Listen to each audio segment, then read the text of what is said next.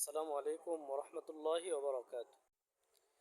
আজকে একটি শিক্ষণীয় ভিডিও আপনাদের সামনে তুলে ধরেছি। কিছুদিন আগে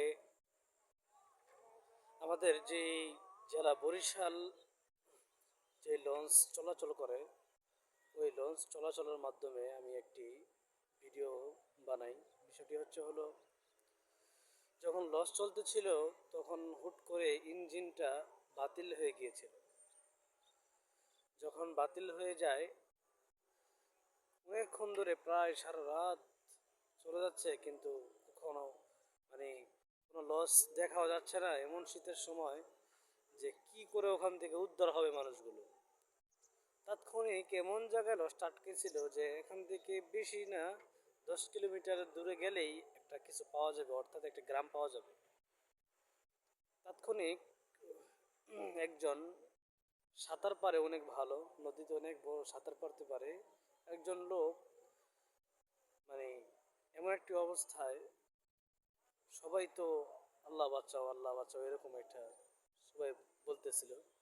ওই ব্যক্তি একটি গাছ ভেসে আসছে আর কি, গাছ বড় বড় গাছ বাইসে আসে না, তো গাছ বাইসে আইছিল। তো বাইসে আসার পর তো ওই ব্যক্তি গাছের উপরে বইসা গাছ এরকমভাবে বসছে যে গাছটা ঘুরান দিয়ে অন্য জায়গায় না যায়।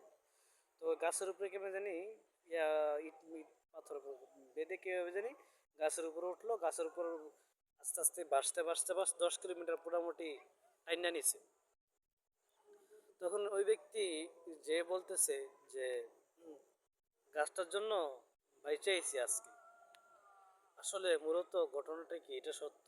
গাছের জন্য বাঁচছেন? এই গাছ কি পাঠাইছে একবার কি চিন্তা করেন না আপনি? এই গাছ আপনাকে কে পাঠাইলো এই জায়গার মধ্যে, কে আইনা দিল? মানুষ তো একটু ভাবার উচিত ছিল যে গাছটা একলা একলা তো আর আসে নাই, আল্লাহ তালার মাধ্যমেই তো আসছে। আল্লাহ তালা ইশারা করছে বিদিন তো আসছে। আমরা সকলে অসুস্থ হই, বিষয়টা একটু বোঝার চেষ্টা করুন। ট্যাবলেট খেলে ভালো হয়ে যায়, আমরা ট্যাবলেট খেয়েছি লেগে সুস্থ হয়ে গেছি। আসলে বিষয়টা এরকম, আল্লাহর রহমতে ট্যাবলেট ছিলে আল্লাহ তালা ভালো করে দিচ্ছে। বিষয়টা তো এরকমই হবে। কিন্তু আমরা কি করি, আমরা কথার মধ্যে এমন এমন কিছু করি, এমন এমন কাজ করি যে জায়গার ভিতরে আমাদের কথার কাজ মিল থাকে না। আল্লাহ তালা আমাদেরকে দুইটা চক্ষু দিয়েছেন, একটি হাত দিয়েছেন। যদি আমাদের একটা চক্ষু না থাকতো তাহলে বুঝতাম চোখের মূল্য কত, আল্লাহ তালা কত বড় নিয়ামত সেই চোখ।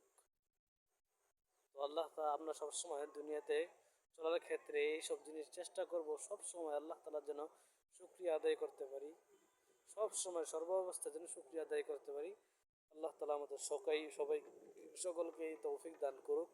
আমিন। আসসালামু আলাইকুম ওরহমতুল্লাহি ওবরাকাতুহু।